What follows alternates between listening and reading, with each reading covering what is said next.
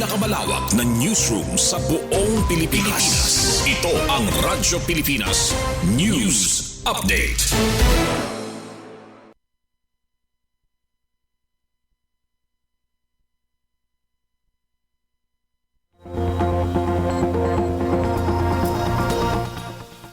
Aton oras, 1:56. Maupay nga kulop. Adiyan naton mga balita sa yana nga pangurason. BFP Santa Margarita nagrespondi sa hacking accident sa bugto sa Santa Margarita. Pamatian tan detalye sa report matikang kan Jubia Balag. Radyo Pilipinas Report. Nagresponde ang EMS Santa Margarita Fire Station ubos ang pagdumara ni SF Opor Erwin N. Dominguez sa usa na hacking incident sa Borok Ono, Barangay Sulsugon, Santa Margarita, Samar.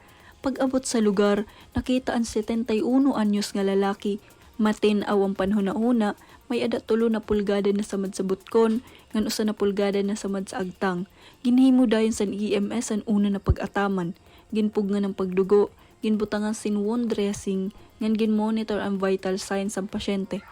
Katapos gintransportar ang pasyente ngadto sa Calbayog District Hospital para sa dugang na pag-ataman medikal. Para sa Bagong Pilipinas, Jubea Balag, Work Immersion Students ang Calbayog City National High School. Radyo Pilipinas, Radyo Publiko, Calbayog. Mayor Monmonoy nagpatawag sa emergency meeting tungod sa Bagyo Ada.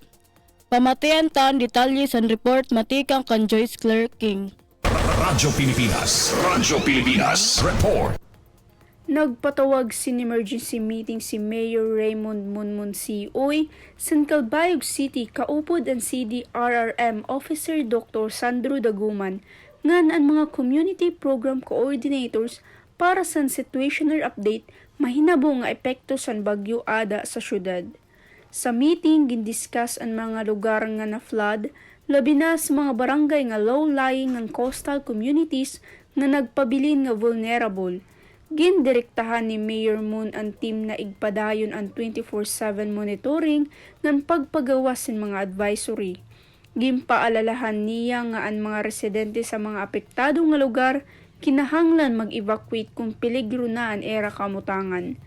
Gimpakita sa city government ang era pag-prioritize ng seguridad sa mga tao nga nagpapadayon ang koordinasyon kontra sa Bagyo Ada. Para sa Bagong Pilipinas, Joyce Claire King, Work Immersion Students sa Calbayog City National High School. Radyo Pilipinas, Radyo Publiko, Calbayog. Iniyan kabugusan sa atong balita para yan nga pangurason. Padayon gyapon kamo mamati sa DYOG Radyo Pilipinas, Radyo Publiko, Calbayog para sa news update.